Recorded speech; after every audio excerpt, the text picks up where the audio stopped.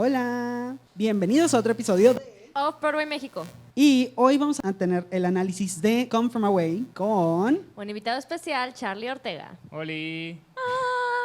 No deberíamos de cantar en estos micrófonos. Sí, todo se escucha mucho más, Es muy incluso peligroso, no, ¿no? no está quebradura de Esta voz. no es nuestra voz de verdad, tengo gripa. Y recuerden no acostumbrarse a las cámaras, no son nuestras, entonces no. La próxima semana vamos a volver a mi cámara pinche, entonces no se acostumbren. Yay. Entonces, vamos a hablar de este musical maravilloso, hermoso, que es oficialmente mi nuevo comfort musical. Es como mi mac and cheese cuando estoy triste. Bueno, este musical es mi mac and cheese.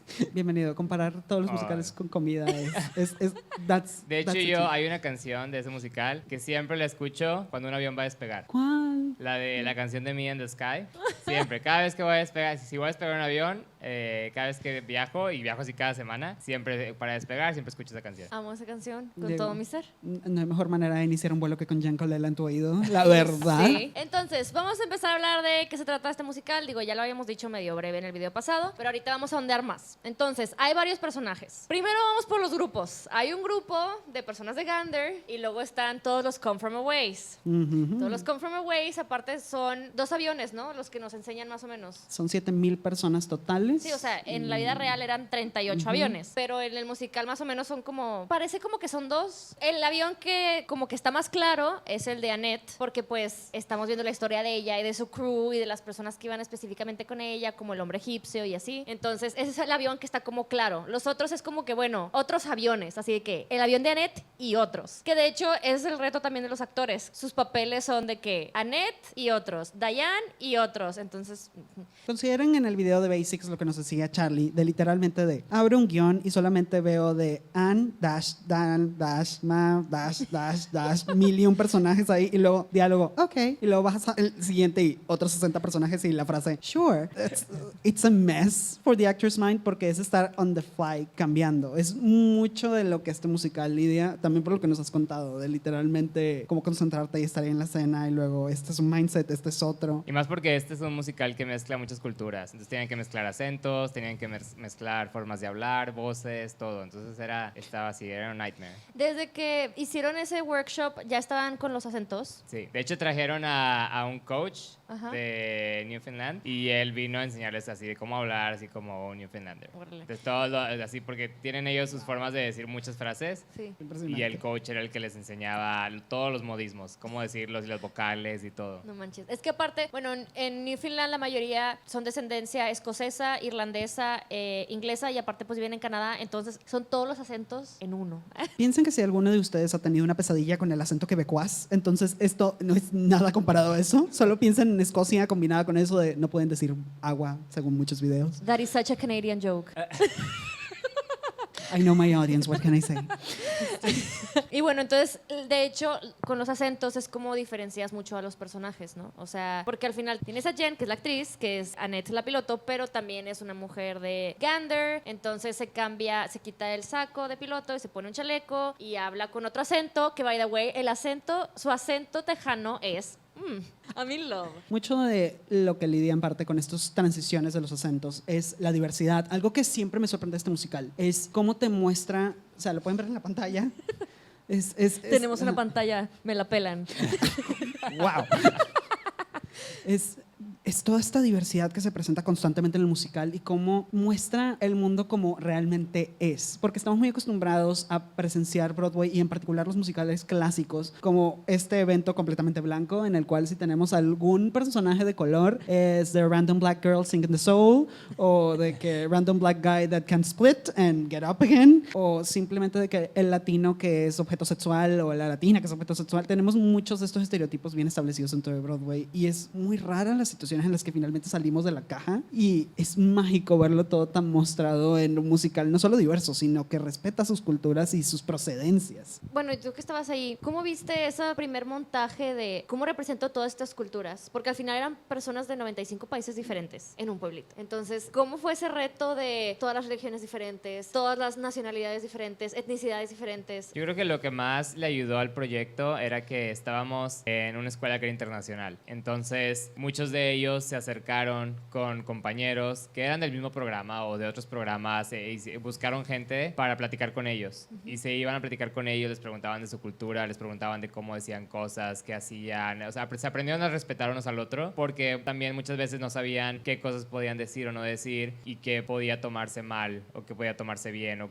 con qué se podía jugar y con qué no. Y ya a través de todo, de usar toda la plataforma internacional de la escuela fue cuando pudieron aterrizar todos los personajes. Entonces yo creo que al final fueron miles de personas que de una u otra forma metieron mano al musical ayudando con cosas. Y se nota, y es parte como de lo bonito de esto, ¿no? O sea, se nota que fue como una labor de mucho amor y de mucha comunidad, que al final es lo que tiene que representar el musical, porque el musical está hablando de esta comunidad de Gander y se ve eso, o sea, se ve como todo, cómo se involucró todo el mundo, ¿no? Tenemos también ahora que ahondar un poco más en la idea de este musical fue durante el 11 de septiembre en Estados Unidos, que fue el evento más traumático de momento en la historia americana. Y lo más interesante es enfocarlo en Canadá y enfocarlo en esta amabilidad en particular, porque era la idea de entrar en un lugar no solo sano, sino seguro. Era este lugar mágico en el que finalmente, después de todos los traumas que constantemente está sufriendo la comunidad americana dentro de su cultura, entra en un espacio en el cual literalmente es de que sé tú mismo, sé feliz, me vale madres, todo está bien padre, qué maravilloso es vivir y pues existir en este espacio, sobre todo en un espacio de tanto trauma emocional. Ver esta luz es impresionante y lo hace un musical extremadamente catártico.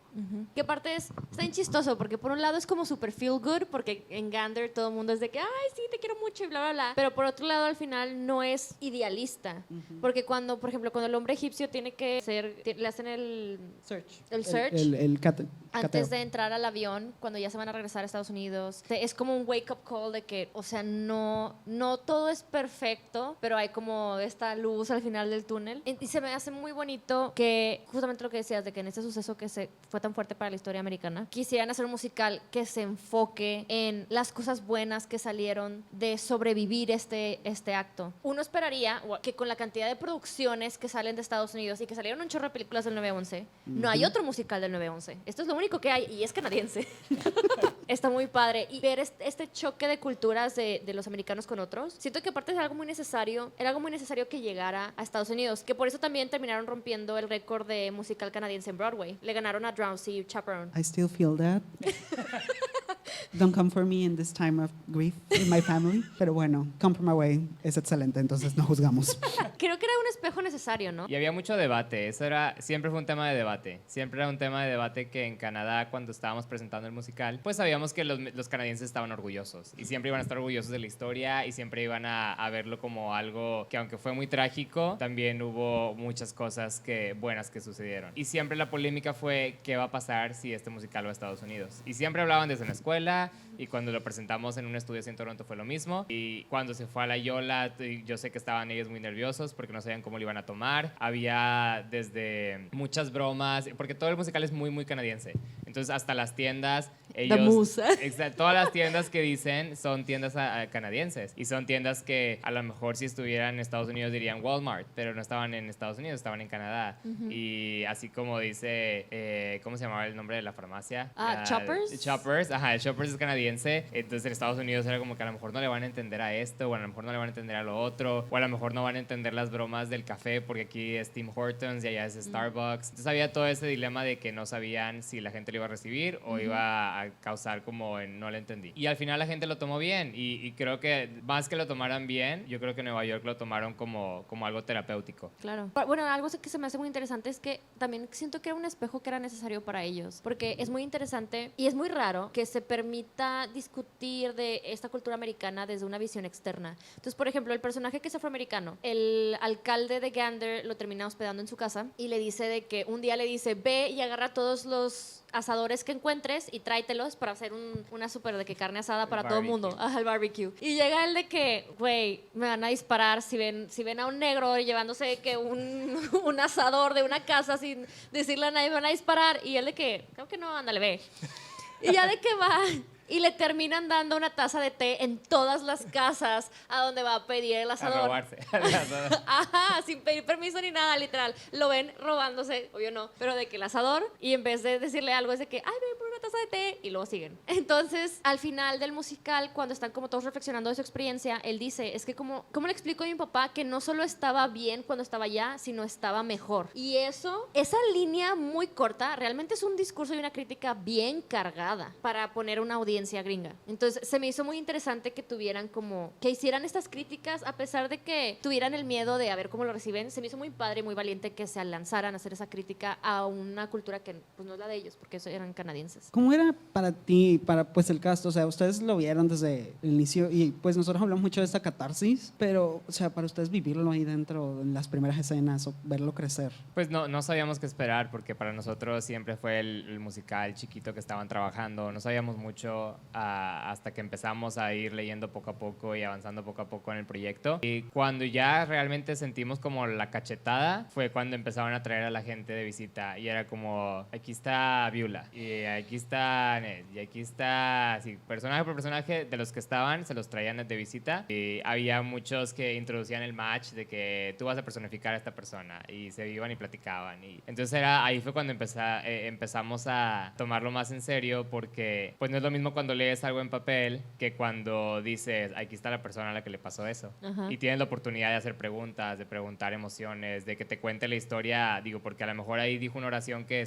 dijo en 10 segundos, pero no sabes las 3 horas que esa persona vivió antes para llegar a esa conclusión. Sí, claro. Entonces era como, yo creo que hizo al musical muy, muy, muy fuerte porque cuando la gente personificaba el papel y tenía oportunidad de platicar con esa persona antes, sabía exactamente lo que estaba pasando. No había como lugar de interpretación porque tenías la libreta abierta para hacer preguntas. Es que aparte es muy curioso porque mientras más nos comentas, pues es un musical histórico, realmente, es una historiografía. Y lo gracioso es que la mayoría de los musicales históricos son muy pasados, o sea, literalmente cuando hablamos de algo es Fiorello, incluso cuando hablaron de él ya había pasado su temporada, ya no estaba de que en Nueva York, cuando hablamos de un musical Hamilton, Evita. Evita, cualquiera de ellos, sí tenemos fuentes de primera mano, pero son pocas y la mayoría de ellos son personas que están alejadas del país y ustedes literalmente estaban en el país, cerca de la comunidad, hablando con ellos. Es como que, Y de hecho cuando hicimos el dress rehearsal llegó David y Irene y trajeron un pescado. ¡El gol! Y a todos nos dijeron, aquí en este momento, así es como su intervención, los vamos a hacer a todos Newfoundlanders. ¡No!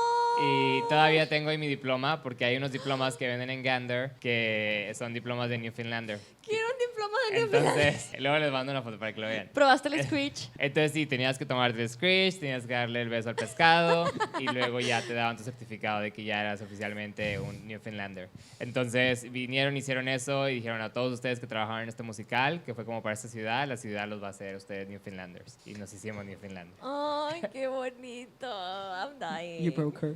You really broke her. Y había muchas historias así mezcladas de amor, porque al mismo tiempo, cuando eso pasó, cuando estábamos haciendo el musical, Irene se embarazó también de su hija que se llama Molly. No sabíamos hasta el momento del dress rehearsal, fue cuando ya Irene nos reveló y nos dijo, estoy embarazada. Y todos dijimos, ¡ay, le voy a poner Gander!